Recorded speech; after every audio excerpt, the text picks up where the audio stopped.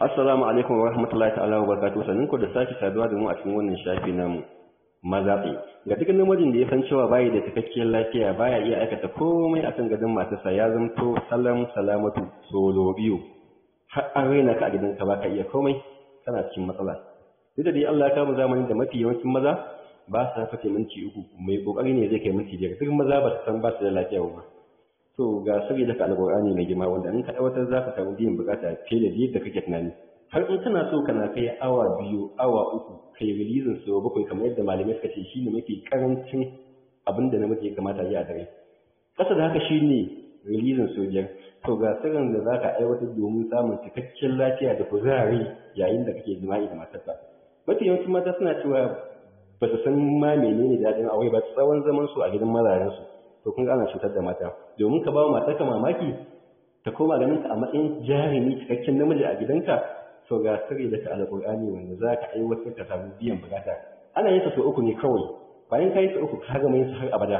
Duk kalin maganin da ka san ka sha na ƙwaya ka daina shan sa. Alƙur'ani ne babu kamar sa. Duk wani sirri na alƙur'ani kada kai wasa da shi.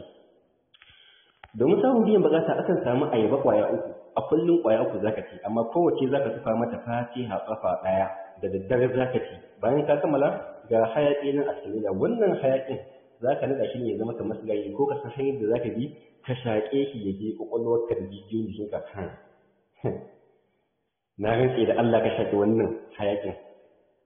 Idan kin yiki sai kai kwana uku a tsaye, kuma tsawon kwana uku ake yin sa ba a yin saboda haka. Idan ka niƙe gobe sai ka ji kunya fita sai ka linka wanduna ƙwaya uku a jikinka za ka iya fita. Kuma wannan ka'ida in ka shaƙi haƙin nan tsawon kwana uku to a ran da ka so mai sama ka'ida sai ka yi awa 2 kana jima'i da matarka. Ya kamata ki ta gane kai namiji ne ba ka ci da ita ka sha da ita shi ne kake namiji ba. Ka nuna mata cewa kai fatikaccen namiji ne mai iko a gidanka ta hanyar da Allah ku aikata wannan sirri. Za ka sha mamaki za ka tabbata cewa ka haɗu da maganin da ba ka taɓa yin sa. Domin ka kwato incinka wannan sirrin shi ne a sirrin da ya fi kamata a ce ka samu ka aiwatar. Saboda gaskiya ana samun matsala mafi yawancin maza ba maganin ba da suka nema irin wannan maganin. To kai dace da magani bane na hakika. Har in kana so ka tabbata har ka shirya waka yi wannan.